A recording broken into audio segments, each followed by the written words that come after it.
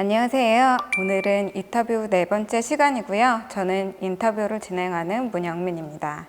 지금까지 세 분의 창작자들과 이야기를 나누면서 이분들이 가진 장애와 질병의 경험이 어떤 측면에서는 굉장히 고통스러운 경험이기도 하지만 이것이 굉장히 멋진 무대의 재료가 될 수 있다는 것, 그리고 삶의 어떤 측면에서 굉장히 반짝이는 순간들을 만들어내는 이야기가 될 수 있다는 것에 대해서 알게 된 것 같습니다.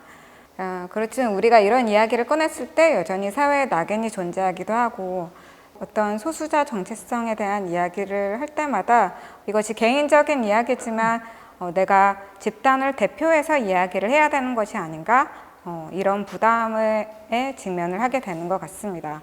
그렇기 때문에 개인의 경험을 내러티브로 꺼내기 위해서는 되게 단단한 마음과 용기가 필요한 것 같습니다. 그래서 이렇게 이야기를 꺼내시는 분들을 항상 너무 존경하고 대단하다고 생각해 왔던 것 같습니다. 이런 측면에서 오늘 모셔볼 김상희 선생님도 항상 이런 이야기를 꺼내신다는 측면에서 굉장히 대단하신 분이라고 생각해 왔던 분이라 제가 팬심으로 모셔왔습니다. 김상희 선생님은 노들 장애인 자립생활센터 활동가시기도 하시고 비마이너의 김상희의 삐딱한 시선이라는 칼럼을 쓰고 계십니다.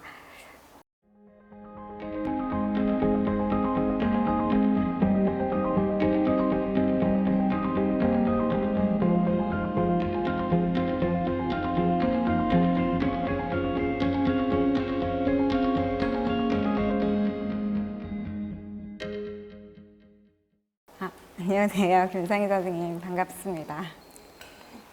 네. 안녕하세요. 네, 혹시 간단하게 소개를 어떤 활동하고 계신지 소개를 부탁드려도 될까요? 네. 저는 자립생활센터에서 활동하고 있고요. 센터 활동 외 시간에는 가끔씩 글을 쓰고 있습니다. 공감에서 시작돼요.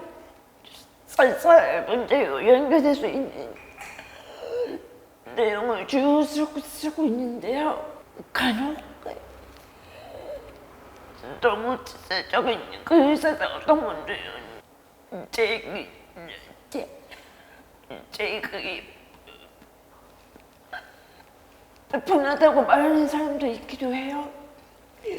근데 저는 우리 사회가 다양한 소수자들을 포괄하고 있지 않다고 생각하고 있고, 또 편협한 시각으로 사람은 판단하고 정상이라는 태도에 가둬버린 이들에 글을 쓰고자 합니다. 제가 대학교에 와서 장애 여성 인권에 대해서 알기 시작할 때부터 뭔가 선생님께서 글을 쓰시거나 아니면 그 장애 여성 활동을 하는 공간에 계신 걸 되게 오래전부터 봐왔던 것 같아서 네, 그래서 활동을 어떻게 시작하게 되셨는지, 그동안 주로 어떤 활동을 하셨는지 여쭤보고 싶습니다. 저는 원래 벌벌이없는 제가 장애인이었어요. 그런데 우연한 기회로 장애인을 다니게 되었고, 대학에 다니면서 장애운동을 조금씩 알게 되었어요. 장애인 운동을 대표하게 되면서 장애 여성분들도 고민을 하기 시작한 것 같아요. 근데 활동을 할수록 저의 사회 경험을 장애인 혹은 그러니까 여성으로 나누어서 설명하기에 뭔가 부족하다는 생각이 좀 하게 들었어요. 그래서 같이 약을 다녔던 교사 언니와 이런 얘기 되게 오고 가면서 그 언니가 알고 있는 장애인 단체를 소개시켜줬어요. 그래서 저는 그 장애인 단체에서 해외 활동을 하면서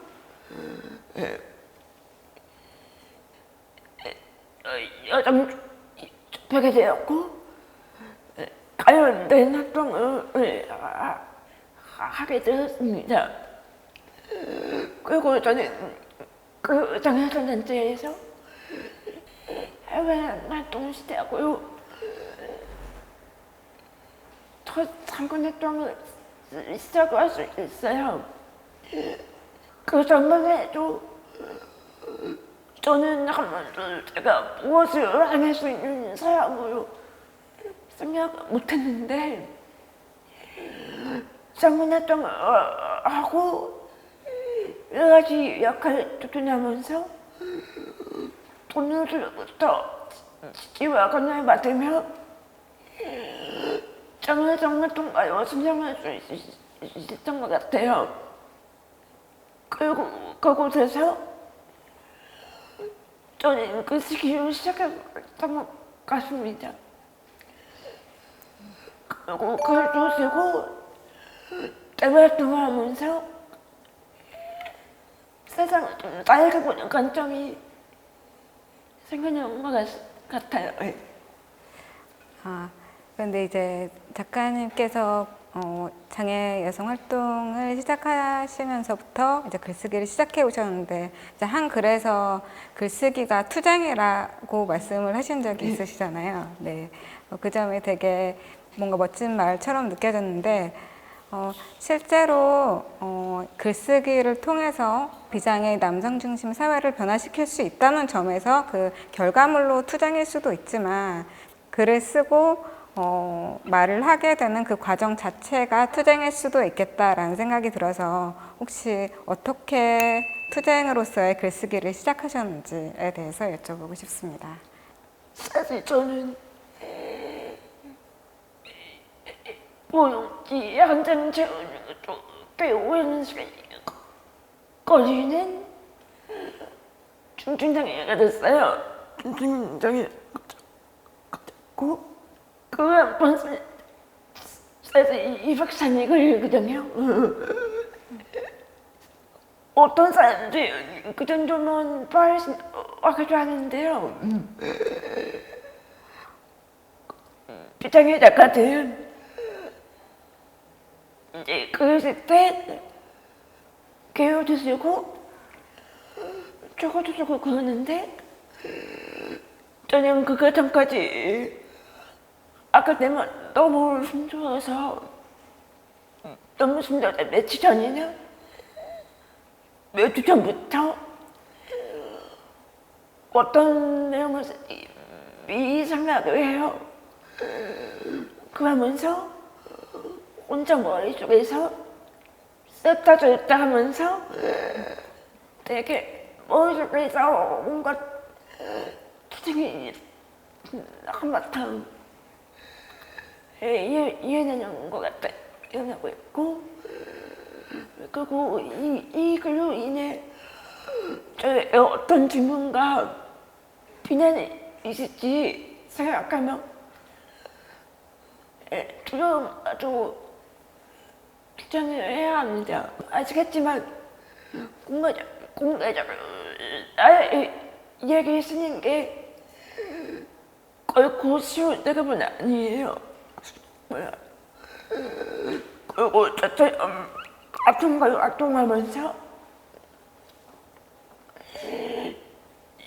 여러 사람을 만나야 되는 낭만적인 특성상 다른 사람이 저를 어떻게 생각할지 생각을 안 할 수는 없어요. 안 할 수는 없고 그럼에도 불구하고 제가 인권활동가로서 저희 할 수 있는 투쟁이 그 시기라고 생각하기에 두려움을 이겨내고 다른 사람을 쓰는 문책하면서 쓰는 것 같아요. 그리고 제가 언어장애도 있기 때문에 제가 생각하는 운동을 가장 확실하게 보이는 방법이 그것이라고 생각해요.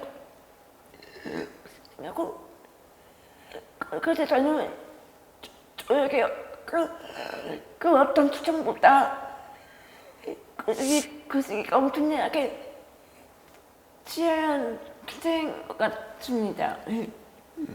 말씀하셨을 때 활동가로 글을 쓰는 게 부담이 있다라고 말씀하셨잖아요. 네. 그런데 작가님 글에서 이제 가족에 대한 이야기도 되게 많이 나오고 이제 최근에는 활동 지원사에 대한 이야기도 나오기도 하고 되게 여러 이슈로 만나는 여러분들의 이야기가 나오는데 이렇게 좀 가까운 사이에 있는 이런 분들의 이야기로 글을 쓰는 게 조금 부담스럽거나 혹시 그런 이야기가 어떤 갈등으로 이어지거나 이런 경험도 있으신가요? 그래서 저는 제 가족한테는 거의 안 보여주고 있고요. 제가 이렇게 글을 많이 쓰고 있고 이렇게 현재 활동하는지 잘 몰라요. 잘 모르고 있고 잘 모르겠었는데 사실 갈등도 아직까지는 없는 것 같고 그리고 주변 사람들 조금 반응이 좀 달라요. 어떤 사람들은 제 글이 되게 좋다는 사람도 있고 어떤 사람들은 너무 썼다는 얘기라고 많이 하는 거 아니냐. 무의식적인 반응도 되게 많이 받고 있어요. 네. 되게 가까이 있는 이슈들로 주변 사람들에 대해 이야기를 한다는 게 그 작가님 글 읽으면서 되게 용기가 필요한 일일 거라는 생각을 했던 것 같습니다. 작가님께서는 장애 여성이 고민하는 어떤 연애나 성이나 건강이나 상호 의존과 같은 주제들로 글을 써오고 계시잖아요. 그럼 이렇게 장애 여성이 경험하는 이런 고유한 경험으로 글을 쓰신다는 게 작가님께는 어떤 의미일까요?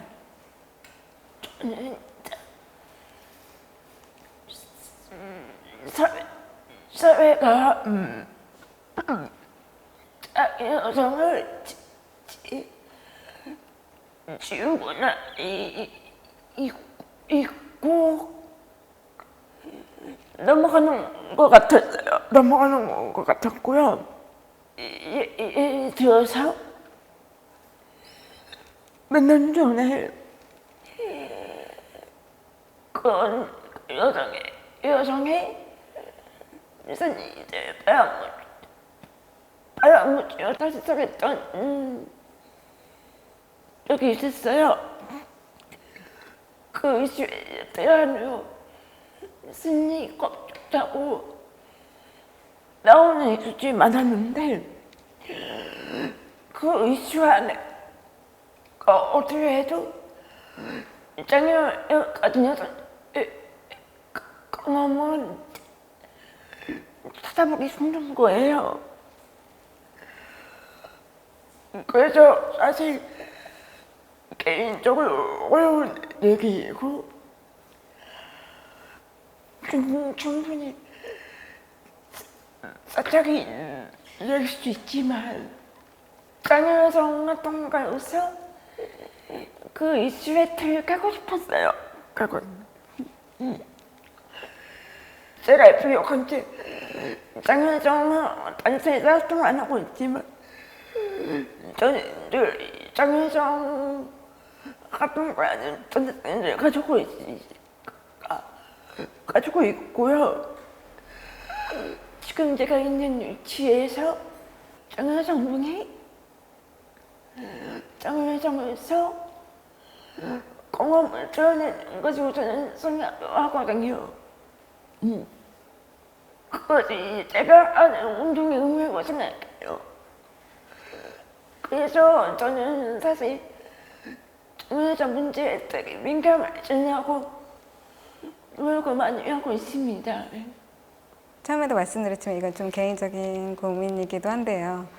이렇게 개인적인 이야기로 어떤 사회적인 문제를 다루려고 하다 보면 내가 이야기하는 것인데 내가 장애 여성을 대표해서 이야기하는 것처럼 느껴져서 글쓰기가 너무 어렵기도 하고 부담스럽기도 한 것 같아요. 그래서 저는 이제 갈수록 제 개인적인 이야기를 하는 게 점점 더 어려워지는 것 같다는 생각을 하고 있습니다. 그래서 혹시 작가님께서는 그런 부담에서 자유로우신 편이신지 왠지 그런 부담에서 자유로우실 것 같아요. 그래서 되게 자유로운 글쓰기를 하시는 것 같아서 여쭤보고 싶었습니다. 저 역시 제 글을 인간적이고 전지성이 있는 글이라고 생각하지 않아요. 그리고 절대 제가 장애인 대표에서 그려주고 있는 것도 아니고요. 그저 제 글은 필만 장애인 경험 중에 일부분이라고 생각해요. 그리고 저도 그때 글 내놓을 때마다 걱정이 한 번 더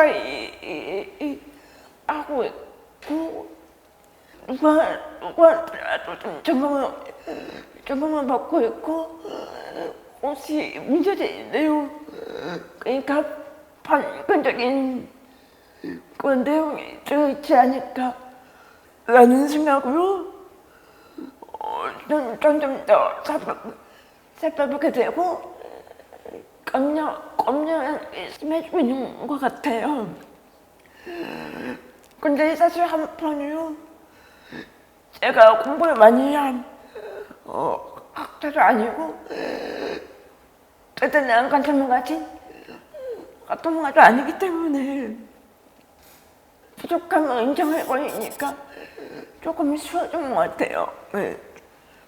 그냥 제가 할 수 있는 일, 제가 할 수 있는 이야기를 글을 내놓고 있는 뿐이에요. 그리고 제가 전문적인 작가 트레이닝을 받은 것도 아니어서 그 자신적으로 할 수는 없을 것 같아요. 근데 저는 제가 있는 위치에서 알고 싶은 세계에 대해 쓰고 그것이 틀렸다고 하면 수정하더니 마음의 여유를 한쪽 속에 마련해놓고 그냥 용기를 내서 쓰고 있는 것 같습니다. 근데 너무 겸손하게 이야기하시지만 저 읽을 때마다 너무 항상 감탄하면서 읽게 되는 것 같습니다. 최근에 읽었던 이제 글 중에 작가님께서 건강 문제 경험하시면서 입원하시고 또 재활치료 받으신 글에 대해서도 쓰신 적이 있잖아요. 네. 저도 그 글을 굉장히 인상적으로 읽었는데 저도 건강 문제를 경험하면서 생각을 했던 것이 내가 몇십 년간 장애를 가지고 살아온 경험이 이 질병을 대체하는 경험에도 영향을 주는 것 같다라는 생각을 했거든요. 예를 들면 뭔가 장애와 질병의 경험에서 오는 어떤 차별이나 어려움을 사회적인 문제에서 찾는 것 이런 것들에 대해서 생각을 해봤던 것 같아요. 그래서 작가님께서도 최근에 건강 문제를 경험을 하시면서 좀 질병의 경험과 장애의 경험이 어떻게 연결되어 있다거나 아니면 어떤 측면에서 다른 경험인 것 같다라고 경험을 하신 부분이 있으실까요? 저는 선천적으로 장애를 가진 채 살아와서 장애는 그냥 신체 일부분처럼 달라붙는 것처럼 느껴졌는데 건강이 악화되면서 조금 다른 느낌인 것 같아요. 오랜 시간을 거쳐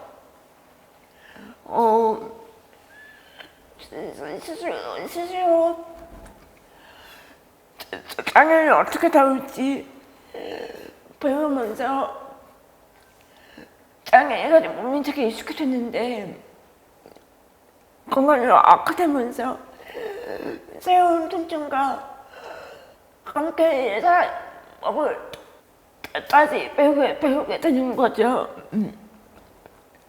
어쩌면 장애 요인은 생겨난 주방이 그게 다르지 않고 연결해서 요즘은 느끼도 많지만 근데 한편은 주방이 이 기존 장애와 같이면서 또 다른 가끔 하는 것 같아요. 리스피링 장애와 스트레스 있었던 통증을 만나면서 저는 삶을 다시 개발한 느낌이에요. 네. 작가님께서 이제 질병을 가지게 된 것이 삶에 다른 도전을 가져오게 된다라고 말씀하셨는데, 근데 그래서 이제 질병 때문에 몸에 제약들이 늘어나면서 의존의 영역들이 늘어나는 것에 대해서 우려를 표하신 적이 있으시잖아요. 그렇다면 그렇게 의존이라는 것은 무엇일까? 의존이 늘어난다는 것이 작가님께는 어떤 의미일까에 대해서 궁금했던 것 같습니다. 그러니까 나이가 들어가고 장애가 진행됨에 따라서 의존의 영역은 넓어질 수밖에 없는 것 같아요. 저도 의존의 경험을 어떻게 다르게 받아들일 수 있을지까지 고민 중이긴 해요. 장애를 가졌거나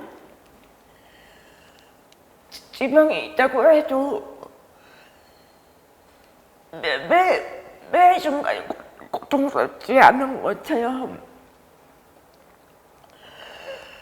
의존적인 경험 안에서도 늘 자유롭지 못하거나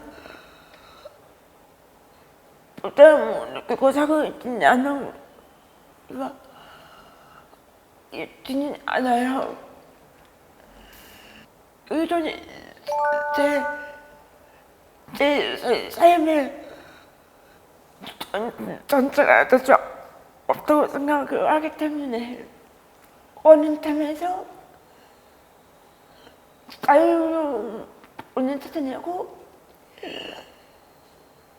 그 부분을 지켜내려고 노력을 하고 있습니다. 질병이 아니더라도 우리가 모두 다 노화를 언젠간 경험하게 되기 때문에 의존의 영역이 점점 넓어지는 것 같은데요. 작가님께서도 이렇게 제약이 있지만 그 안에서 자유로운 부분을 찾으려고 노력하신다고 하셨는데, 그렇다면 그 의존을 하면서도 좀 그 안에서 자유를 찾고 주체성을 확보할 수 있는 방법이 무엇일까요? 너무 어려운 질문인 것 같습니다. 아니, 의존을 이렇게 분산시키면 괜찮지 않을까 생각을 해봤어요. 그러니까 문제는 사실 선택지가 좋고 안정적인 자원이냐 관계에서 의존이 부담이 되는 것 같아요. 제가 만약에 한 사람한테만 의존하고 그 사람이 아니면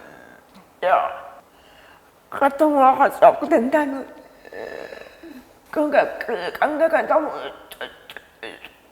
절대적인 의존적인 상태가 돼서 전혀 그 안에서는 주체성이 별로 없겠죠. 그런데 저는 우진의 폭과 주체자체가 많아진다면 주체성이 훼손되지 않은 채 자유롭게 의존하며 살아갈 수 있지 않을까 생각하고 있습니다. 작가님 글에서 보면 그렇게 의존의 폭과 선택지를 넓히는 방안으로 보조기기의 사용에 대해서 이야기를 하신 것을 읽었는데요.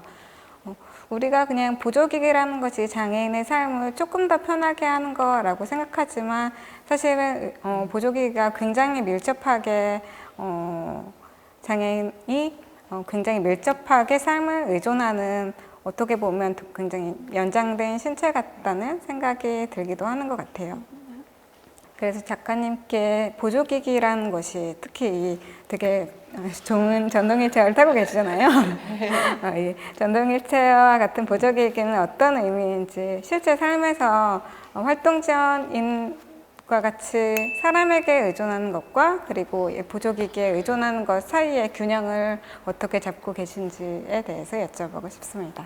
네, 저는 사실 사람보다 기계에 의존하는 게 더 좋아하는 사람이 좋아해요.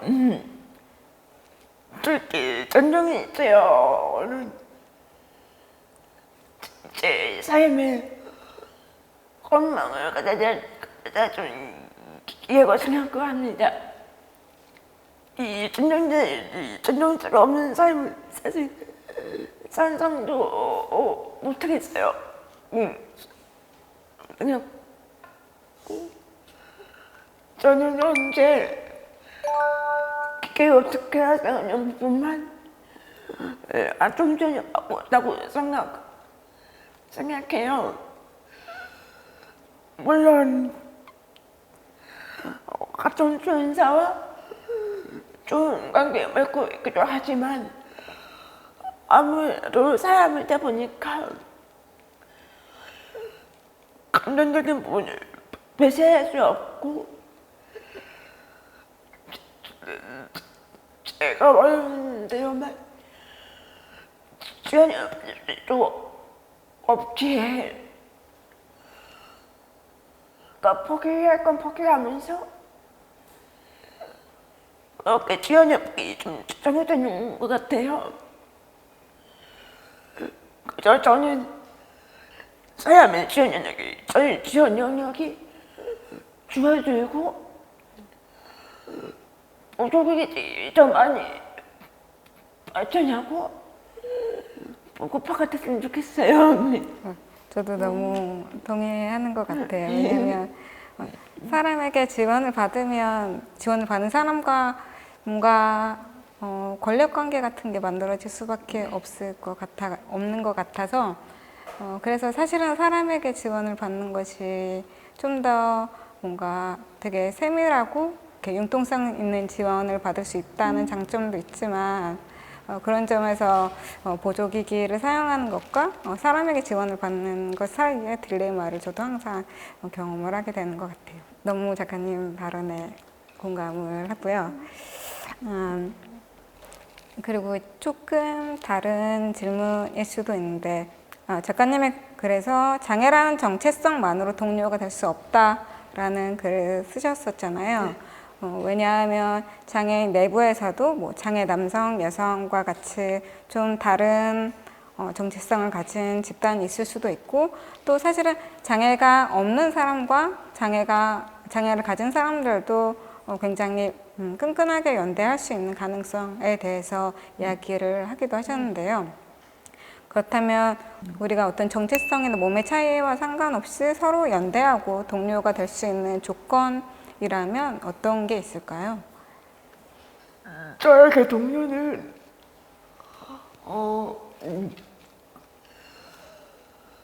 모범적이고 사법적인 사람이 때 같이 분노하고 싸울 수 있는 사람 같아요. 그러니까 오늘 아무튼 싸우자고 하는 건 불안하겠지만 문제적인 사람이 놓였을 때 그 문제에 어떤 관점을 바라보고 봐야 하는지에 따라서 돈누대기에서 중요하다고 생각을 해요. 아무리 짱한테 세상이가 같다고 하더라도 저는 장애 여성 인권운동을 하는 학생이기 때문에 소수자를 차별하거나 허무하는 사용과는 동료가 될 수가 없다는 거죠. 제가 이렇게 발견했을 때 사람들이 저를 전체적인 사람이라고 생각할 수도 있겠지만 저한테는 그 조건이 가장 첫 번째 조건인 것 같습니다. 인터뷰에서 이제 공통적으로 질문 드리고 있는 것이 이어지다, 연결되다라는 것이 어떤 의미인지에 대해서 계속 여쭤보고 있는데요. 앞서 인터뷰인 분들께서는 이제 연결되어 있기 때문에 좀 더 단단해질 수 있고 또 나아갈 수 있다라고 대답을 해주셨어요. 그런데 저는 작가님 글을 읽어보고 또 오늘 대화를 나누면서 생각을 하는 것이 우리 관계가 동등한 위치의 관계이지 않을 수도 있는데 너무 쉽게 연결이나 이어지다라는 것, 어떤 관계에 대해서 이야기를 말한 것이 아닌가라는 생각이 들었습니다. 그래서 조금 너무 지금까지 연결이나 이어지다라는 그런 키워드를 너무 쉽게 생각하고 있던 것이 아닌가 하는 생각을 조금 반성을 하게 됐던 것 같은데요. 먼저 작가님께도 이 연결이나 이어지다라는 키워드가 어떤 의미인지 여쭤보고 싶고요. 우리가 좀 더 동등한 관계에서 연결이나 이어지다 라는 키워드에 대해서 이야기를 하기 위해 어떤 노력을 하면 좋을지에 대해서도 여쭤보고 싶습니다. 수많은 사람들이 가짜의 전세상으로 연결되어 있고 이어지기 위해서는 지금 나의 위치에서 성찰하는 시간이 필요할 것 같아요. 나는 어떤 상황과 어떤 생각을 가지고 사람을 대하고 안 나왔는지 그 고민 속에서 끝없는 주장을 생각하고 있고요. 나와 다른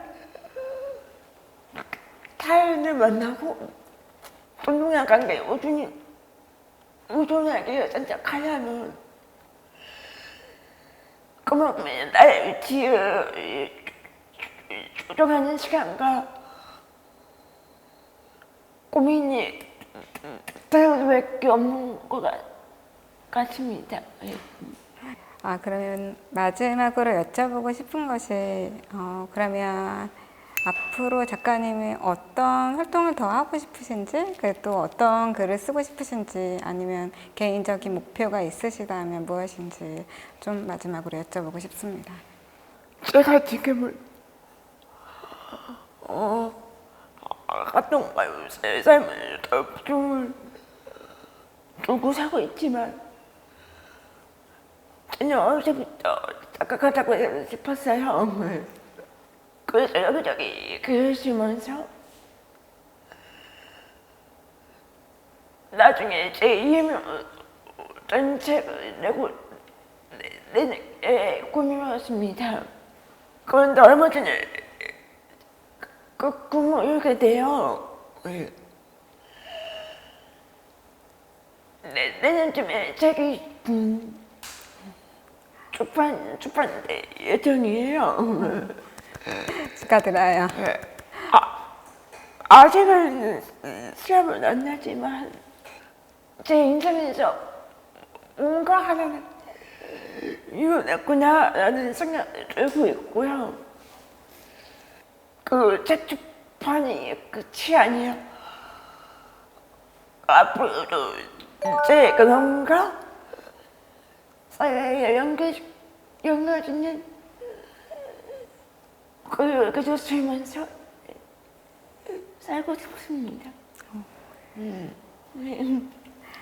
작가님이 책을 쓰신다는 소식을 제가 다른 경로로 전해 듣고 너무 기쁘고 또 기대됐던 것 같은데요. 책이 내년에 나오시는 거죠? 네. 네, 출간 예정인 책을 계속 기대하고 있겠고, 책 말고도 또 다른 통로로도 계속해서 글을 발표해 주시면 너무 감사드리겠습니다.